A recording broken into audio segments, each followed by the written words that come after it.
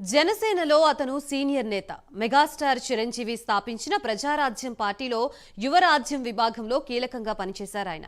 తొలి నుంచి మెగా కుటుంబం అంటే పడి చచ్చిపోతాడు. ఆయనే కాదు, ఆయన కుటుంబం మొత్తం మెగా కుటుంబం అంటే ప్రాణం పెట్టేస్తారు. తొలి నుంచి పవన్ కళ్యాణ్ వెంటే నడుస్తున్నాడా యువ నాయకుడు. ఎవరెన్ని అడ్డంకులు సృష్టించినా, ఒత్తిళ్లు తెచ్చినా, అక్రమ కేసులు పెడతామని బెదిరించినా తలొగ్గలేదు. ప్రస్తుతం ఆ నేతకు కీలక పదవి దక్కనుందా? తనని నమ్ముకుని ముందుకు అడుగులు వేస్తున్న ఆ నేతకు పవన్ ఇచ్చే భరోసా ఏంటి?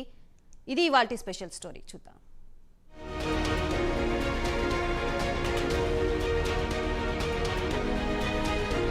జనసేన అధినేత పవన్ కళ్యాణ్ ఒక్క పిలుపిస్తే చాలు ఆ యువనేత ప్రాణాలు పెట్టి మరి పనిచేస్తారు.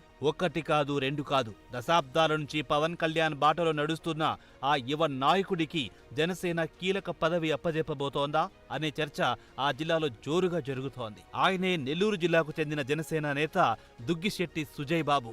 ప్రస్తుతం నెల్లూరు అర్బన్ అధ్యక్షులుగా బాధ్యతలు నిర్వర్తిస్తూనే జిల్లాలో పార్టీ బలోపేతానికి నిరంతరం కృషి చేస్తున్నారు. మెగాస్టార్ చిరంజీవి స్థాపించిన ప్రజారాజ్యం పార్టీలో పవన్ కళ్యాణ్ సారథ్యంలో ఏర్పాటు చేసిన యువరాజ్యంకి నెల్లూరు జిల్లాలో కీలక నేతగా పనిచేస్తూ పవన్ కళ్యాణ్ కు అత్యంత సన్నిహితుడిగా మారారు సుజయ్ బాబు.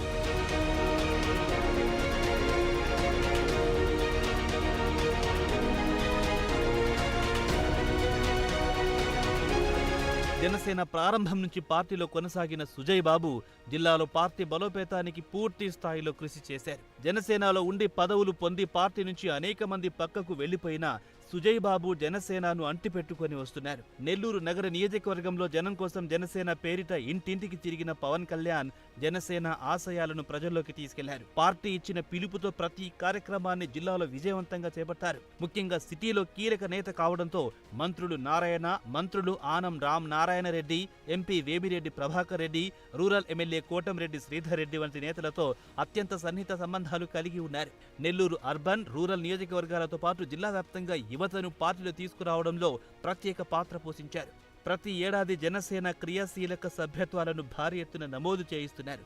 గతంలో జిల్లా అధ్యక్షుడిగా పనిచేసిన మనుక్రాంత్ రెడ్డి పార్టీకి వెన్నుపోటు పొడిచి వెళ్లిపోవడంతో ఆయనతో పాటు అనేక మంది కార్యకర్తలను తీసుకెళ్లే ప్రయత్నం చేయగా దాన్ని తిప్పికొట్టి ఒక్కరిని కూడా ఆయన వెనుక వెళ్లనీయకుండా గట్టిగా నిలబడ్డారు సుజయ్ బాబు. మరోవైపు నెల్లూరు సిటీలో అప్పటి మాజీ మంత్రి అనిల్ కుమార్ యాదవ్ వివిధ రకాలుగా ఒత్తిళ్లకు గురిచేయడం, జిల్లాలోని పలువురు వైసీపీ నేతలు సుజయ్ బాబుపై అక్రమ కేసులు పెడతామని బెదిరింపులకు పాల్పడ్డా ఎక్కడా తలొగ్గలేదు. మరోవైపు పవన్ కళ్యాణ్ జన్మదినం సందర్భంగా వెండితో భారీ ఎత్తున ఆయన చిత్రపటాన్ని రూపొందించి జనసేనానికి అందజేశారు సుజయ్ బాబు.